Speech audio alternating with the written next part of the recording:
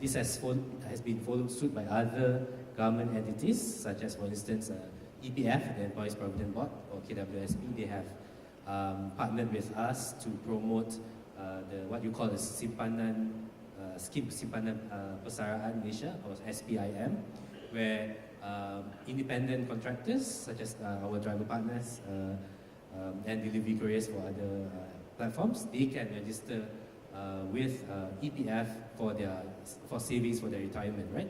So they give about guaranteed 2.5% profits every year, and also government is also providing about up to 250 ringgit matching contribution for their financial planning. So I think that's that sends a signal that other parts of the government are also following suit to support this new future of work, how people view work in Malaysia, right? So as my experience before the regulation, after regulation, right? So regulations provides us with finally the official legitimization of our services, right? We see that it has solved some transportation woes, providing reliable and affordable rides to riders, but at the same time giving economic income opportunities for driver partners per se, right? But what our principle is that, again, in terms of regulation, the government should focus on the bare minimum to ensure that this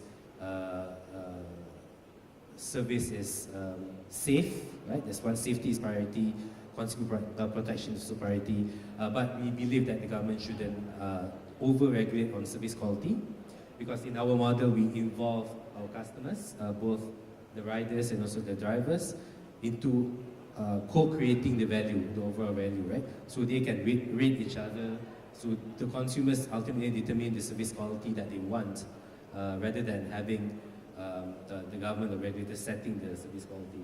So that's key here, right? Because consumers feel ownership of the quality of what they want, and the quality actually changes over time, and it differs with every city. Some cities prefer drivers to, arrive on time. Most people are, but some people prefer drivers to provide additional amenities in the car, such as water bottle and all that.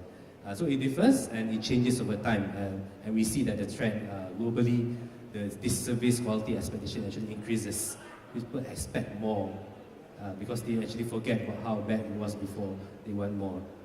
So that's basically how we see things with regards to regulation. We look forward to actually expanding our business and actually opening the path to other sharing economy players to take advantage of how pro-innovative the government has been approaching this industry. That's awesome. Thank you, Cheryl. Yes, you're right. I think in terms of co-creating, as you mentioned, co-creating value together, you need everybody in different industry, in the regulator side, also the players in the industry, to come together and in a consensus on how to move forward, and also at the same time allow innovation to thrive, right? Thank you very much. I think before we do a quick wrap up, and I would just to open to the floor if there's any questions. Any questions to any of our panelists? Oh, yes. Yes, sir. Can someone, yeah. Hello. Hi, good afternoon. I have a question here that I'd like to throw to four of you. So basically, we talk about sharing economy as a disruptor of our current economy. But I would like to know, how prepared are you guys as a platform in face of a new technology called blockchain? Because we know that sharing economy cannot do away with one thing, is the middleman problem. And now we have this very new technology called blockchain. It promises us that we can be the legitimate owner of our resources. And in this kind of challenges, I'd like to know how you guys as a platform provider can handle this kind of new challenges, the so-called disruptor of disruptor. Yeah. That's a tough one.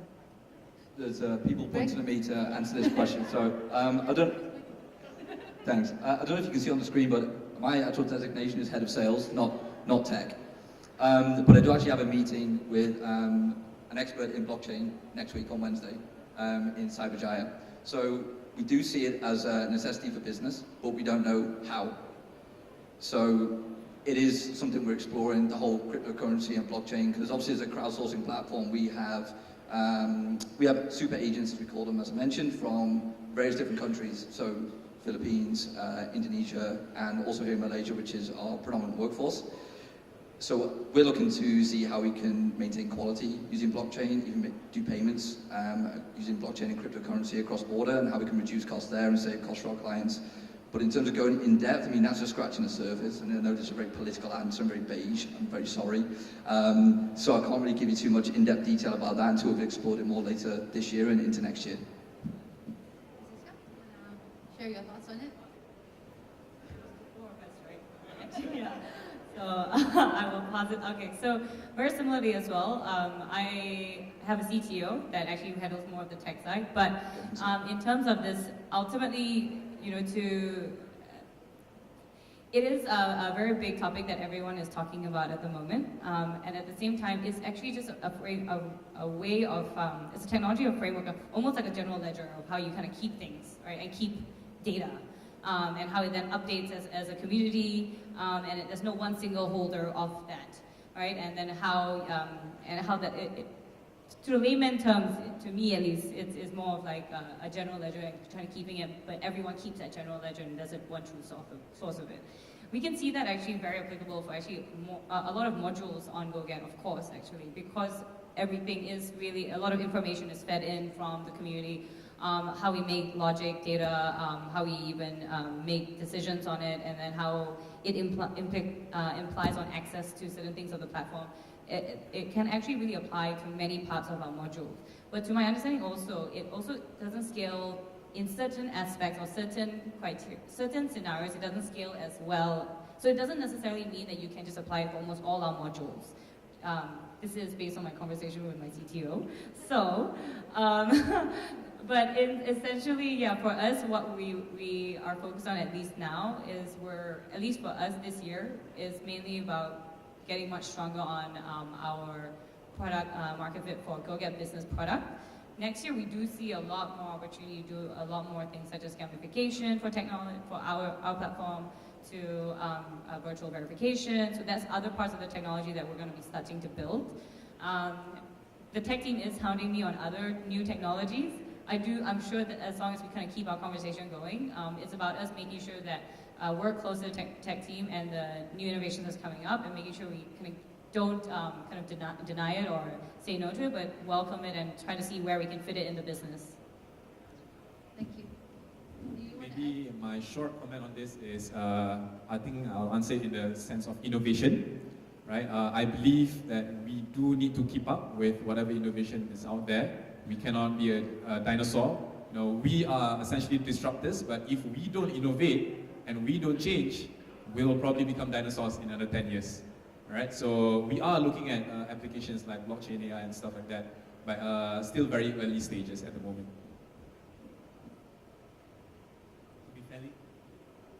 To be fairly honest, I know nothing about blockchain technology, but how I see this is that, again, echoing what Nadia said, right? Innovation technology actually provides better utilization of assets and also human resources moving forward, right? So we should be open to further more and more this disruption, so to speak. I mean, I don't really like the word disruption because, I mean, it literally means someone, I mean, in Malay it means kacau, right? It doesn't have a very positive connotation, right? But moving forward, I think we should focus more on partnering each other, right? So we have the same aim here to live in harmony, so to speak. But yeah, I think the key here is to be open, to be agreeable, and also to have constructive and collaborative discussion moving forward. Thank you, Cheryl. Anybody else? Yes, please. We'd like to interrupt you, Nadia, because that's all the time for you have for questions. Oh, no. Yeah, we're pretty much pressed for time. Okay. Sorry to interrupt you guys. It's all right. Then if you have any questions, then feel free to approach any one of our panelists. I think I'll just do a quick summary for everybody. It was a very insightful and insightful panel discussion. But I think overall, in times of technology, everything is moving so fast, even as the sir that mentioned earlier on that asked the question, the disruptors are being disrupted, right? And it's not a matter of checking it out and waiting until the change happens. It's now people need to collaborate and come together. Every party needs to play their role. Regulators, the government, even the industry players, as well as the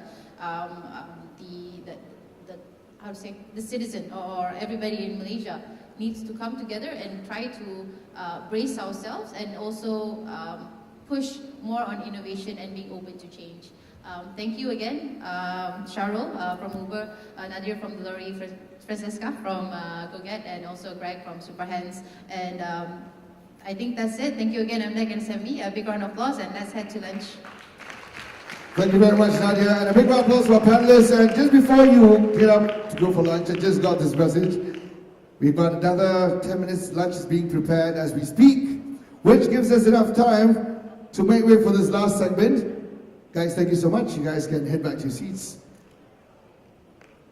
Just to wrap things up before we break for lunch, we've got, of course, in collaboration with MDEC this afternoon for Secondkl 2017, is SME Corp Malaysia Development Program. We've got Mr. Syed Harun, the Deputy Director of Business Advisory and Support Division of SME Corporation Malaysia. He's going to be taking center stage right now for a brief presentation because lunch is still not ready just yet. And when I get the cue, you'll hear it as well. But in the meantime, please, big round of applause for Mr. Syed taking stage right now for his part of his presentation titled SME Corporation Malaysia's Development Program. Oh, great. I'll be given a time during lunchtime. Too bad that I have 70 slides to be presenting to you guys, but I hope that I don't bore you, and I hope that whatever I speak today, during this time around, you don't eat me, because I know everybody's hungry. Okay, I'm Syed Harun from SME Corp Malaysia. So today I'll be presenting a session about Business Accelerator Program. Mind you, for Business Accelerator Program, this is not the only program for you guys out there, for SMEs out there. This is just for a start. So I think is that be given a short time, I would only want to present this to you. So at the end of the day, I believe is that everybody is hungry. Their mind is on gravy with lamb, all those food outside there. So it's okay with that. So let's focus towards what SME Corp have for you guys. Okay, for a start, if you are in Klang Valley, you could head to our SME Hub located in KL Central, which is Platinum Central, level 4. You guys could come to visit us to get more information about what we have in store for you guys. Okay, next, this is all the state offices around. If you are not from Klang Valley, you could head to the nearest offices around Malaysia. That would include Sabah and Sarawak as well. Okay, so our main function is to provide more information to SMEs and to provide support in terms of some of our programs that we have. Okay, next, this is a boring stuff. I don't want to be telling you. Okay, next, our role as our SME Corp role is to give advisory, to formulate policies. We provide referral centers. You also the Secretariat of NSDC, and other than that, we manage information about the company. Okay, next to it is how do we define companies? How do we define companies that is an SME? That is, if the company is not SMEs, they are not entitled to join our program. Okay, we divide it into manufacturing and services with the sales turnover of below 50 million or workers of below 200. This is for manufacturing, and the other one will be services. So I believe in today's session, I believe that you guys are in service sector. You are providing ICT services, some of it, right? You are providing platform, and provided that your company is not a public listed company, not a subsidiary of a public listed company, not a subsidiary of a large company, and if you have a foreign shareholding, should not exceed 40%. So this is the definition of SME in Malaysia, right? And in a nutshell, this is all the program that we have in SME Corp, from advisory until monitoring and evaluations. Next, so this is all about Business Accelerator Program, which in short is BAP. So first, before we give assistance to a company, we need to diagnose a company. So before you go and get a prescription from a doctor, the doctor usually will need to diagnose a company. But in this case, we need to diagnose a company instead of the person, or instead of the directors. So you'll see, after you get diagnosed, after the company get diagnosed, that we know what would be the best prescription to assist the company. So in terms of assistance, we have two types of assistance. One of it is a matching grant, and another one will offer them a soft loan. And you could see on the screen, there are 7 of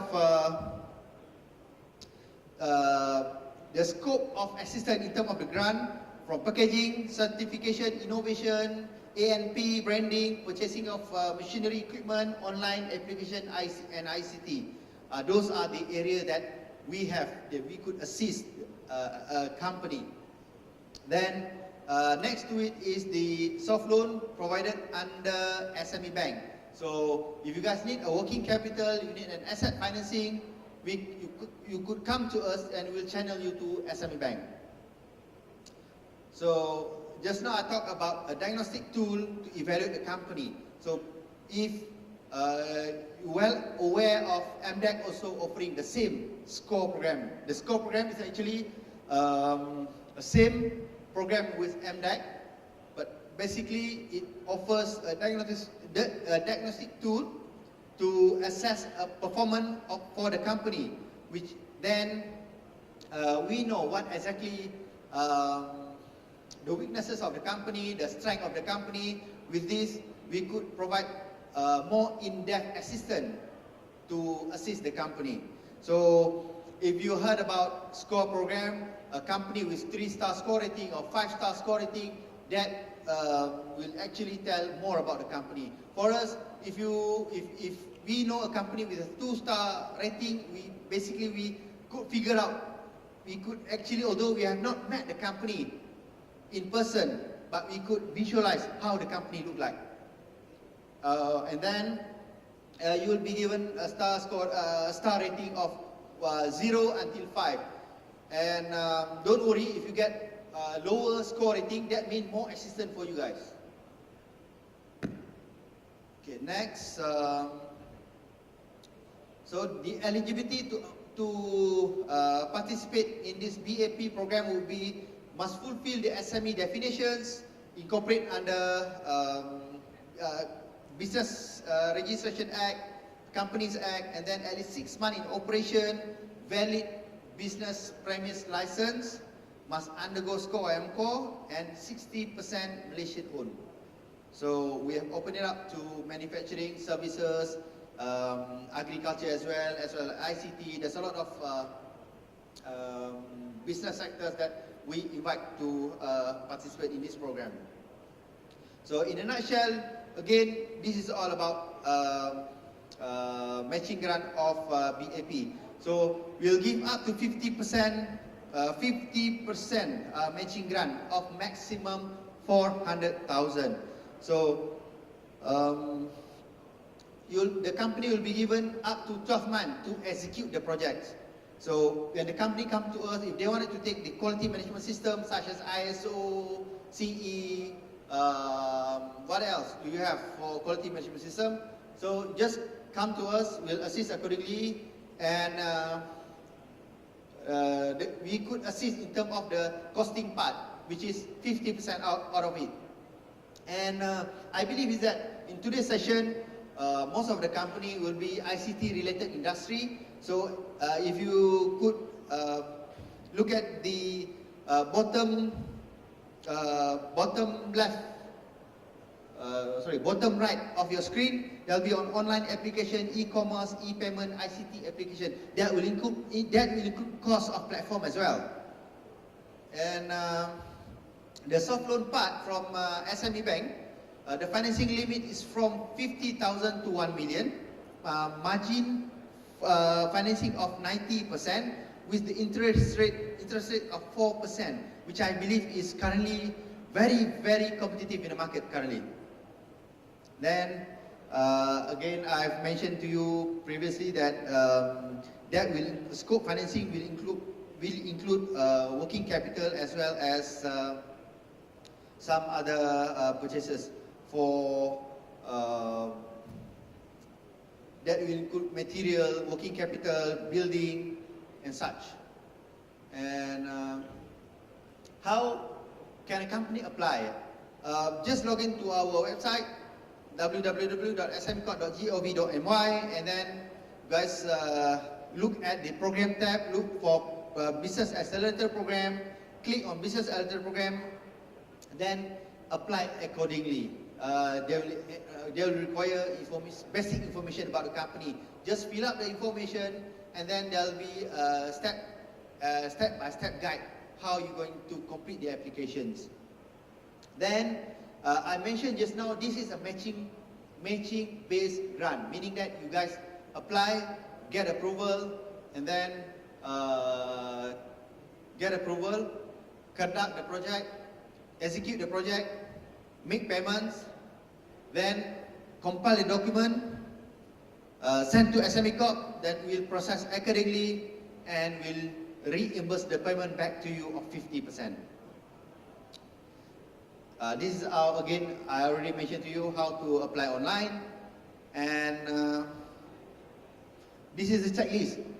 I'm glad that you guys could not see, because I purposely put it very small, because I don't want you to be confused. Because at the end of the day, you guys don't need to understand this. Let the officer at SME Corp to understand this. I would urge you guys to come to SME Corp to meet our business counselor and to apply, to participate in this program. So I think this is not important. But again, if you guys are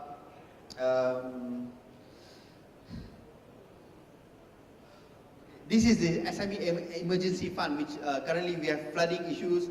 If we have landslide, droughts, and storm, then if you are affected by these calamities, just come to SME Corp for the assistance. What else we have? That's it. That's complete my 70 slides. Thank you. So if you guys have got any question, feel free to approach my team at the counter back there. So with that, I end my session. Thank you. Thank you very much, Mr. Syed from SME Corporation Malaysia. He's the Deputy Director of Business Advisory and Support Division, SME Corporation Malaysia. Thank you so much. With that, ladies and gentlemen, we conclude the morning session of the Secondkl 2017. Just before we break for lunch, a reminder, the breakout sessions will take place after lunch. As you can see on your screens, these are the different rooms where all the different breakout sessions and platform providers are going to be present. So please do take note. If you can't, you can always come back to this ballroom to check it out. It's also the program booklet in the bags. And not to forget to fill out those feedback forms that you have and present it after you're done with the breakout sessions later on in this evening. With that, we'd like to thank you for making yourself present this morning. To all our panelists, all our speakers, thank you so much.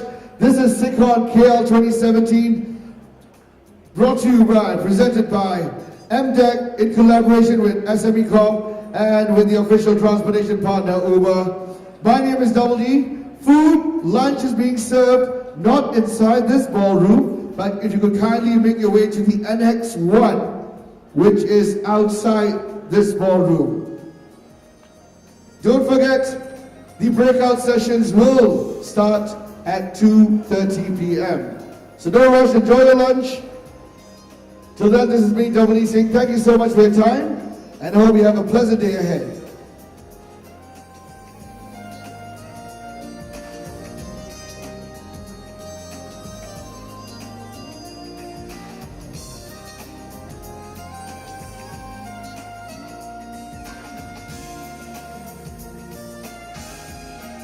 And also, ladies and gentlemen, please do not forget to include the hashtag Secondkl 2017 if you're uploading any pictures on social media. Thank you.